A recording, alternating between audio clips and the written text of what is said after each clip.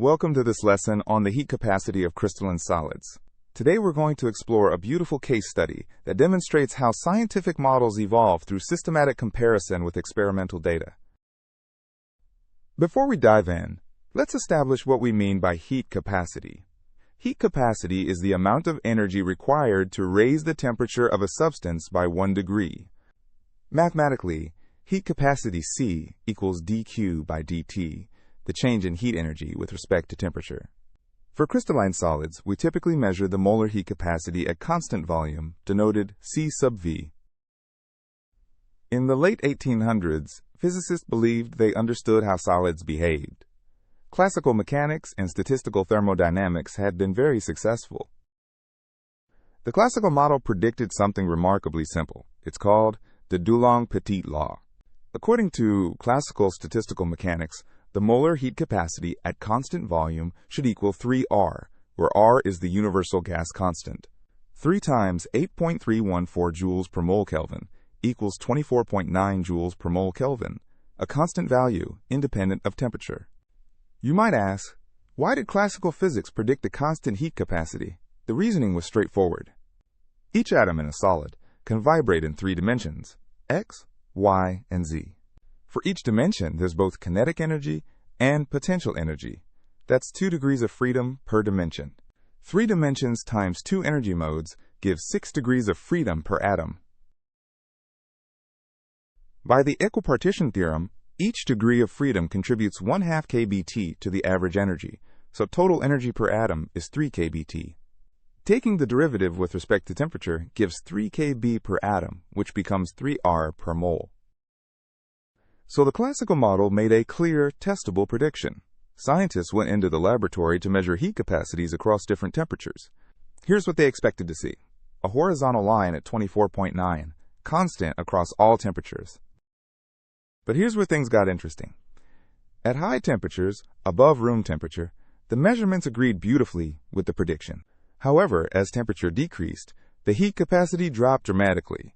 At very low temperatures, it approached 0. This was a complete contradiction of the classical prediction. This represented a crisis in physics. The classical theory, which worked so well for gases, completely failed for solids at low temperatures. In 1907, Albert Einstein proposed a revolutionary solution. He applied the new quantum mechanics to this problem. Einstein suggested that atoms in a solid don't vibrate with any arbitrary energy. Instead, their vibrational energy is quantized. The energy levels are discrete. E sub n equals n times h bar omega, where n is 0, 1, 2, 3, and so on. Einstein modeled each atom as a quantum harmonic oscillator, all vibrating at the same frequency omega. Using quantum statistical mechanics, the average energy per oscillator is h bar omega divided by e to the h bar omega over kBt minus 1. Taking the derivative gives the Einstein heat capacity formula. This looks complicated, but it has important limiting behavior. At high temperatures, when kBt is much larger than h bar omega, the exponentials approach 1, and we recover the classical result of 3R. At low temperatures, when kBt is much smaller than h bar omega, the heat capacity drops exponentially to 0. This was the key insight.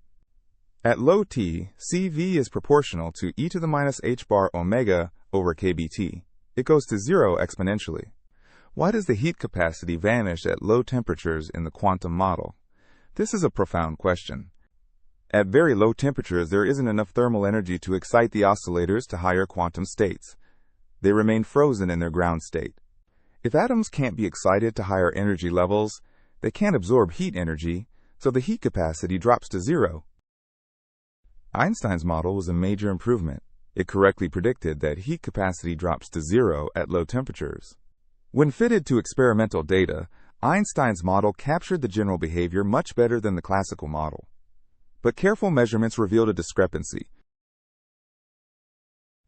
At very low temperatures, the Einstein model predicted the heat capacity dropped too quickly compared to experiments. The issue was Einstein's simplification that all atoms vibrate at exactly the same frequency. This turned out to be too restrictive. In 1912, Peter Debye refined Einstein's model. He recognized that solids have a spectrum of vibrational frequencies, not just one. Debye realized that a solid is not just a collection of independent oscillators. Atoms are connected and can support collective vibrations called phonons. Low-frequency modes correspond to long-wavelength collective vibrations, like sound waves propagating through the solid. High-frequency modes are more localized vibrations of individual atoms. Debye showed that the density of vibrational states, g of omega, is proportional to omega squared at low frequencies. There's a maximum frequency called the Debye frequency, omega d, above which there are no more vibrational modes. Debye's model made a crucial prediction about the low-temperature behavior that differed from Einstein's. At very low temperatures, Debye predicted that heat capacity should go as T cubed, not exponentially. This is called the Debye T cubed law. Why does Debye's model give T cubed? This comes from the omega squared density of states at low frequencies. The key is that low-frequency modes require very little energy to excite. Even at low temperatures, these long-wavelength acoustic modes can be thermally populated. The full expression is 12 pi to the fourth over 5 times nkb times the quantity T over theta d cubed, where theta d is the Debye temperature. When experimentalists tested Debye's model against precise low-temperature measurements, they found remarkable agreement. The Debye model fit the experimental data beautifully across the entire temperature range, from near absolute zero up to high temperatures. Let's summarize what we've learned by comparing all three models side by side. The classical model predicts a constant heat capacity of 3R. This completely fails at low temperatures. Einstein's model correctly predicts the heat capacity drops at low T, but it drops exponentially, which is too fast. Debye's model predicts T-cubed behavior at low temperatures, which matches experiments exceptionally well. Here's a comparison showing all three models and the experimental data. Notice how each successive model improves the agreement with experiment. Let's look at a concrete example. Consider copper metal. At 300 Kelvin, copper's molar heat capacity is 24.5 joules per mole Kelvin, very close to the classical value of 3R. But at 50 Kelvin, the heat capacity has dropped to about 15 joules per mole Kelvin. At 10 Kelvin, it's dropped to only about 1 joule per mole Kelvin. And at 1 Kelvin, it approaches 0.001 joules per mole Kelvin, following the T-cube law beautifully. For copper, the Debye temperature theta d is 343 Kelvin. This is the characteristic temperature scale for vibrational modes. This case study illustrates a fundamental principle in physics, how models are refined through systematic comparison with experiment. We start with the simplest model that makes a testable prediction. The classical model predicted a constant heat capacity.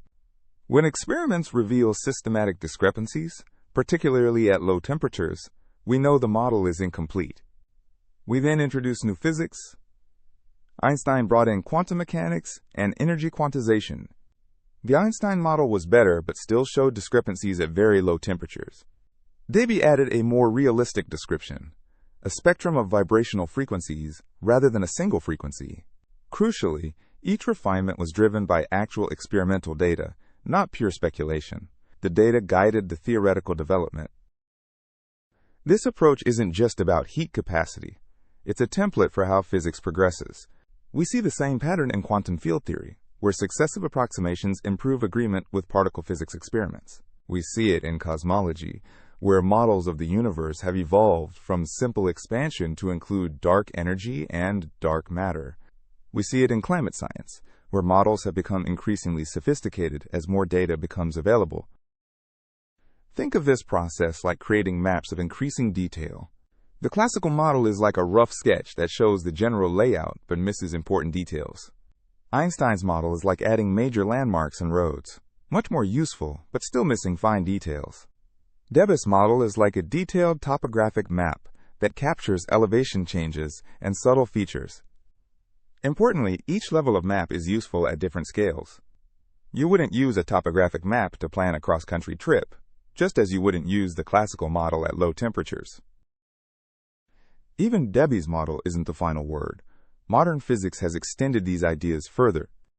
Today, we can calculate the full phonon spectrum from first principles, using quantum mechanical simulations of crystal structures. At very high temperatures, we must include anharmonic effects where the harmonic oscillator approximation breaks down. For metals, we must add electronic contributions to the heat capacity, which go as T at low temperatures.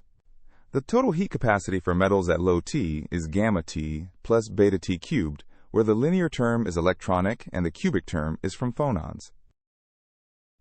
How do we actually measure heat capacity at such low temperatures? This is an experimental tour de force. The basic technique is calorimetry. You add a precisely known amount of heat energy and measure the resulting temperature change. At very low temperatures, heat capacities are extremely small, so you need exquisitely sensitive thermometers.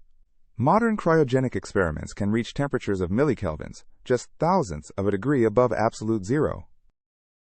Let's consolidate what we've learned into key takeaways.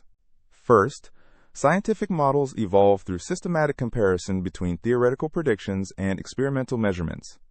Second, when discrepancies appear, especially systematic ones, they point to missing physics in our model. Third, quantum mechanics was absolutely essential to understand heat capacity. Classical physics completely failed. Fourth, details matter.